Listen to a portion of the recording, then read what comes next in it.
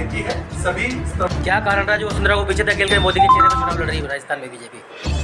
अगर ये आपका कहना है कि किसी के चेहरे को पीछे किया गया, तो फिर अशोक गहलोत जी का तो नाम दिया ही नहीं गया। उनकी तो सरकार है, उनका नाम आज तक ऑफिशियली घोषित नहीं किया गया। सर क्वेश्चन भाजपा के लिए, सुन लीजिए, जबकि हमने 5 राज्यों में हमारी रणनीति के हिसाब से ये कहा है कि हम सामूहिक नेतृत्व में, मतलब कि सभी के नेतृत्व के साथ चुनाव लड़ेंगे, तो किसी को पीछे ढकेलने का मतलब ही नहीं बनता।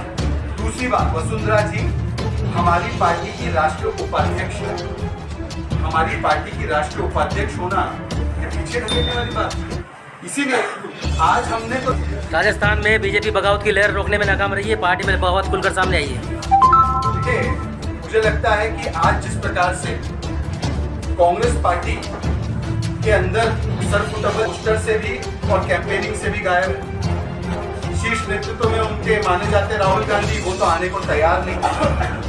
यहाँ पर अर्चना शर्मा के खिलाफ महेश शर्मा जी का इस्तीफा हो जाता। जानकारी के अभाव में हम लोग फसल बीमा योजना में 4.49 जब राज्य सरकार देगी कि फसल बीमा के लिए वो लागू मिला, योजनाएं बनाई गई है जरूर, हम मानते हैं, लेकिन मिला लाभ किसी को नहीं है। ये आपकी बात हो सकता है। मैं आपको देख सकता, मैं आपको इन्हीं के लिए प्रक्रिया भी होगी कराइए।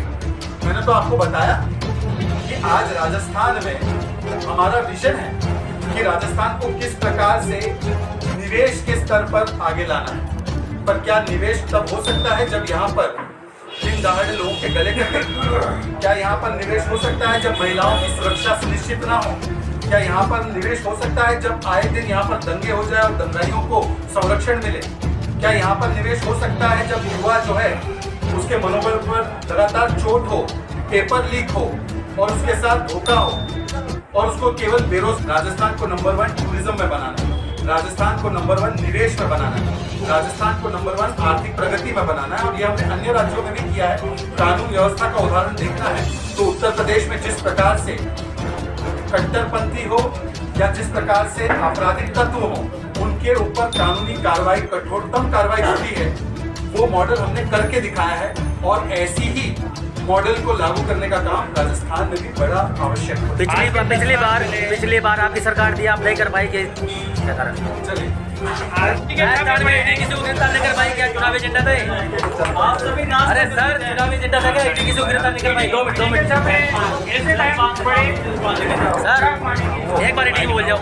ईडी किसी को गिरफ्तार ईडी किसी को गिरफ्तार नहीं कर पाई, क्या चुनावी एजेंडा था कार्रवाई? आप आ जाओ साथ।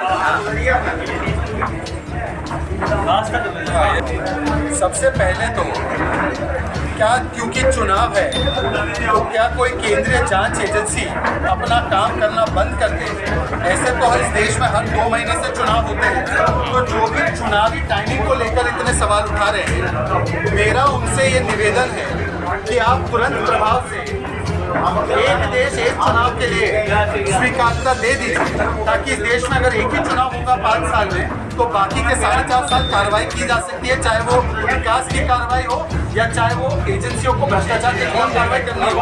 परंतु मेरा सवाल इनसे ये है कि यही कांग्रेस पार्टी जब ईडी की कार्रवाई मनीष सिसोदिया पर होती है, जब ईडी की कार्रवाई संजय सिंह पर होती है, उनके नेताओं पर होती है, तो ये त्राहिमाम करते। और आखिरी सवाल मेरा उनसे केवल इतना है कि ईडी की कार्रवाई को एक साइड पर रख दीजिए और बताइए, इंदिराज गुर्जर ने कहा था कि नहीं कहा था कि कोई कार्रवाई नहीं हो रही है भ्रष्टाचारी करने वाले पेपर लीक माफिया पर? BL सोनी का बयान आया था।